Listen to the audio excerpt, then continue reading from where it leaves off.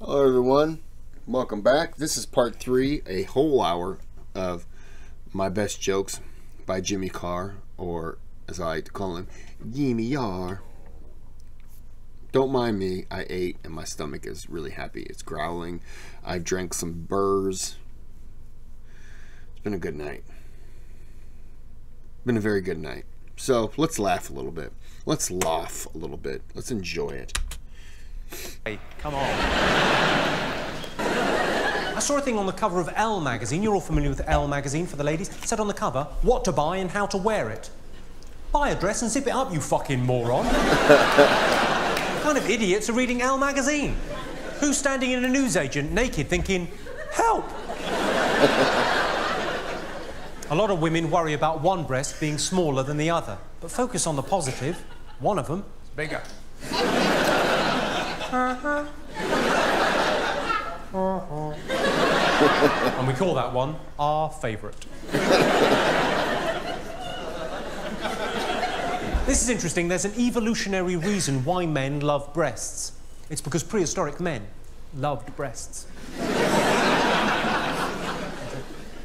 Have you noticed this, ladies? All men have got obsessive-compulsive disorder when it comes to boobs. Have you noticed that? All men have got OCD when it comes to breasts. No man has ever kissed and caressed a breast, yeah? All right, not a brilliant mime, I'm sorry. That looked like I was cracking a safe whilst trying to get the temperature right in a hotel shower. Pretty multitasking. Turn on the taps, test the water. That's how I remember it. That's very much foreplay for beginners. Not ready yet. Not ready yet. Oh, like a fucking slip and slide. Bang. Sorry, I got rather sidetracked there. What I was saying was, no man has ever kissed and caressed a breast and then not done exactly the same thing for exactly the same duration of time to the other boob. It's like we think your breasts are sentient beings, and they'll be annoyed if we've got a favourite. One of your tits will be sat there going, she has all the fun, does she? My partner is always saying to me, you never tell me how you feel. About 2-3 times a week she'll say that to me. She'll go, you never tell me how you feel. What is she talking about? Only yesterday I woke her up by slapping her in the face with my cock. How much clearer can I be? This means I'm horny. Sorry, sir, we made eye contact there. I didn't mean anything by that.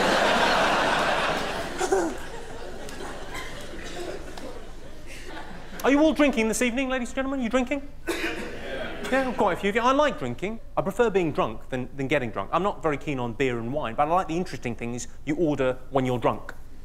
The drinks that no one ever orders sober. Yeah. Aftershock is a prime example. You know that weird pink fluid? No one's ever ordered that. So the designated driver has never walked into a bar and thought, well, I can have one drink, can't I? They've got beer, they've got wine, they've got spirits. No. I'll have a pipette of Aftershock, please. It's the same with the Flaming Zambuca. No one's ever ordered one of those sober. You have? You've ordered a Flaming Zambuca sober? It's your drink. You order Flaming... Block the sound. We did it. We did it. This guy's not going to tell us how to buy Viagra. We buy Viagra when we want. I think. That's the answer. You order Flaming Zambucas. The clue as to why you shouldn't order one, madam, is the fact it's on fire. It's the equivalent of walking into a kitchen going, I'm a bit thirsty. There's a glass and a tap, and then spotting out the corner of your eye, a gas hob. The only reason I could possibly think of to order a Flaming Zambuca when sober is if you meet a girl and she's something just a little bit special. Yeah? Maybe you've been out on 2 or 3 dates, you've established she's beautiful, she's intelligent, she's funny. You think you might be in love with her, you think she might be the one, but she's got a bit of a problem with facial hair on the top lip. Oh,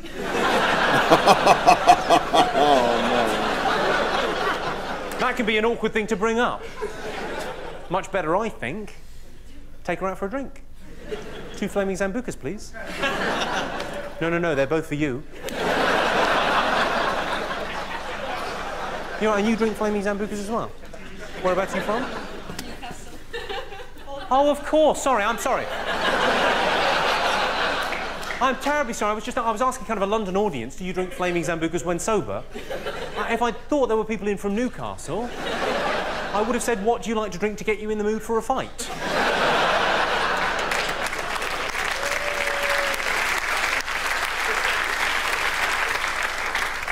So what, you down here on the Rob, or what are you up to?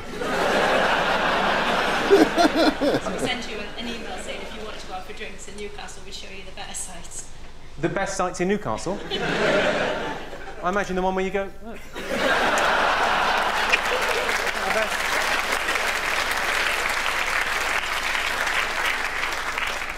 Has anyone had this recently? Has anyone made an appointment with the doctors recently? I phoned up for an appointment with my doctor and I got an appointment in 3 weeks' time. I thought, that's good, I'll either be better or dead. But then they gave me option B. They said, well, you can come down and see the locum doctor. It's not your doctor, it's just our doctor we've got down there, and if it's serious, you can come down and wait. So that's what I did. I went down to the doctor's surgery and I waited for like 4 hours. And eventually I got called into the little treatment room with the doctor. Walked in there, stunning looking doctor. I mean, properly 10 out of 10. Absolutely gorgeous, exactly my type. I went, I'm embarrassed. She said, I'm a professional, you're a grown man, just tell me what the problem is. I said, okay. I think my cock tastes funny.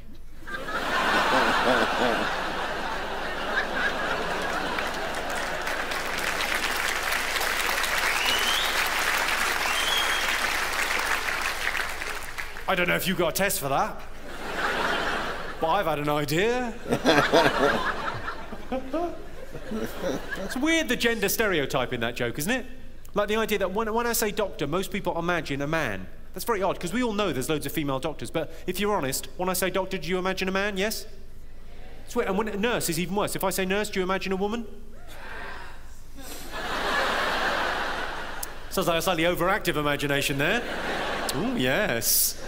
I mean like a proper nurse, not like a stripper in a pub. When I say nurse, do you imagine a woman? Yes? But we all know there's loads of male nurses. Although it's not pronounced male, you don't call them male nurses. It's actually pronounced male nurses.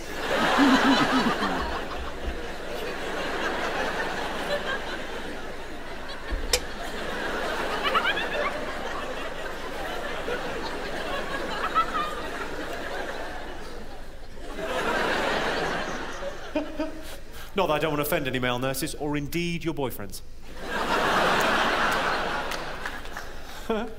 Just nod that one in. Good. Now, I don't know if anyone's seen any of the other TV shows that I made. I make a show called Distraction at the moment. Has anyone seen that? Yeah. Oh, just about everyone. And one person liked it. Well, that's good. If I can entertain just one man, I'll have been shit. So Distractions is quite good. It's Channel 4's replacement to Sex in the City. Just imagine the city is Dundee and the sex is anal. You get the idea. I do another show called Your Face or Mine. Has everyone seen that? Yeah. It's quite good fun, I think. It's a fun show. It's as shallow as a Tinker's Bar. I mean, no offence, I didn't mean that. But, you know, it's quite a fun show. It's basically about couples. It's about looks in relationships. Who here thinks looks are important in a relationship? Yeah. Oh, quite a few of you being honest this evening. I sort of sit on the fence on that one. Are looks important in a relationship? You don't look at the fireplace when you're poking the fire, do you? But you do when it's sucking you off, so...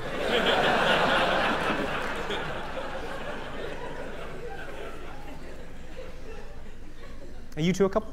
Do you mind me asking how on earth that happened? What were you thinking? You don't know? You do a lot better than that. You're punching way above your weight. Not just a little bit, it's a different league. Well done. Is that money or personality or low self-esteem on her part?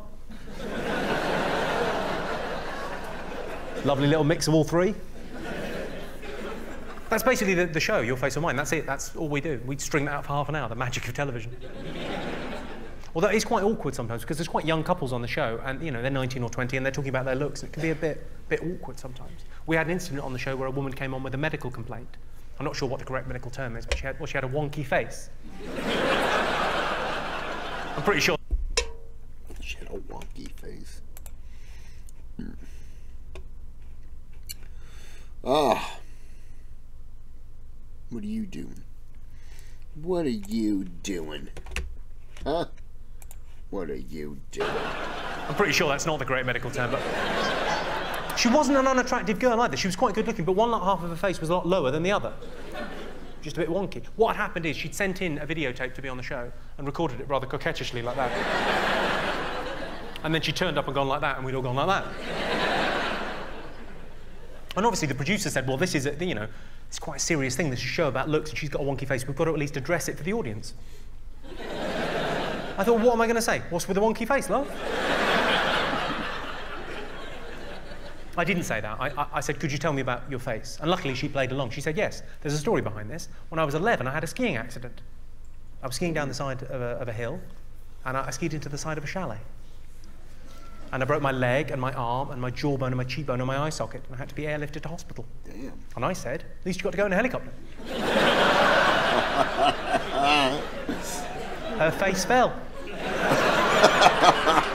Sadly, it didn't even up. That would have been rather miraculous. A friend of mine, quite recently, a couple of months ago, got proper old school flashed. Guy in a Mac at dusk in a park, one of those. Sorry, I've added that. I don't know if he did that. You would though, wouldn't you? You give it a bit of cock slap. You'd probably treat it to the windmill, wouldn't you? Who are you in? Anyway, she got proper old school flashed and she shouted rape. I thought, don't give him ideas. Don't workshop it, you fucking lunatic. Has anyone in here been flashed? Yeah. Go on, what happened, madam? Is it a funny story or is it distressing? I was in a club and some guy flashed me. In a club? In a club and someone flashed you in the club? Yeah. Are you sure you didn't go off with a man in a club? I was kissing him, and I undid his zip, and then he flashed me. Go on, what happened? Tell me the story. It was in the middle of the dance floor. Middle of the dance floor, and he was throwing some shapes, and one of his was... No, my friend told him that we were lesbians to get rid of him. So to get rid of the guy, your friend told him you were lesbians. That's how these two started, but then they liked it, so they stuck with it. And did that work? Oh, she said, we don't like cock. And then She said, we don't like cock. So sorry, so someone got his cock out in the middle of the dance floor in a club, and you went, oh no, sorry, we're lesbians. You could have just told him to fuck off. You're incredibly polite. I'll make up an excuse so he doesn't feel bad. I don't want the flasher to feel rejected. How nice are you? And has anyone else been flashed? You got arrested for flashing. I've been flashed by a lot of people growing up. All of them I knew. And most of them were in the locker room at school. There were a couple of them that, boy, they had a Lord's gift dangling between their legs. Well, don't take it out on me.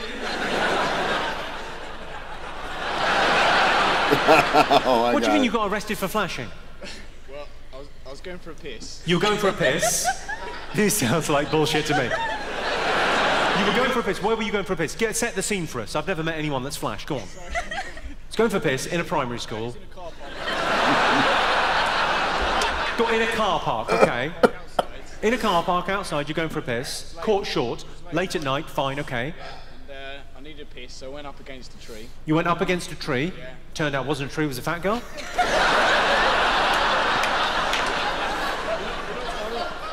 Go on. So you walked up to a tree to take a pee in a car park. This doesn't sound terrible. So far, I'm on this guy's side. Go on. So there was a woman in the trees. There was a woman in the trees. Sounds like you've broken dogging etiquette by pissing on someone. So you went up to take a piss on a tree, and there was a woman in the tree. She was walking, there's a pathway. She was walking, okay. And it was outside a police station. And it was outside a police station. What kind of a fucking idiot are you? You went for a piss in the police station car park. Why don't you just turn yourself in? That's a cry for help if ever I heard one. Lock me up before I hurt someone. And what, did she scream? Did she complain? What happened? No, she went into the police station and they came out and arrested me for indecent exposure. They came out and arrested you for indecent... Is it because you're a bit ginger? Do you think they would have let you off if you hadn't been quite as...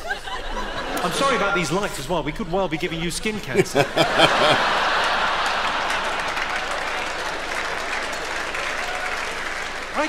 I think I'm on your side there. If you're taking a piss, that's not indecent exposure, is it?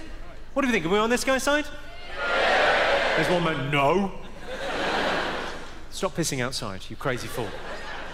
But because there was a woman in the other night with a story. She said, oh, I got flashed. And then she told me the story, and I wasn't sure. She said, I got flashed. I said, has anyone been flashed? She went, yeah, I got flashed in Disneyland. I said, I'm all ears. She said, I was in Disneyland, Florida. I was walking in past the hotels in Disneyland and into the park, and I looked up. Damn.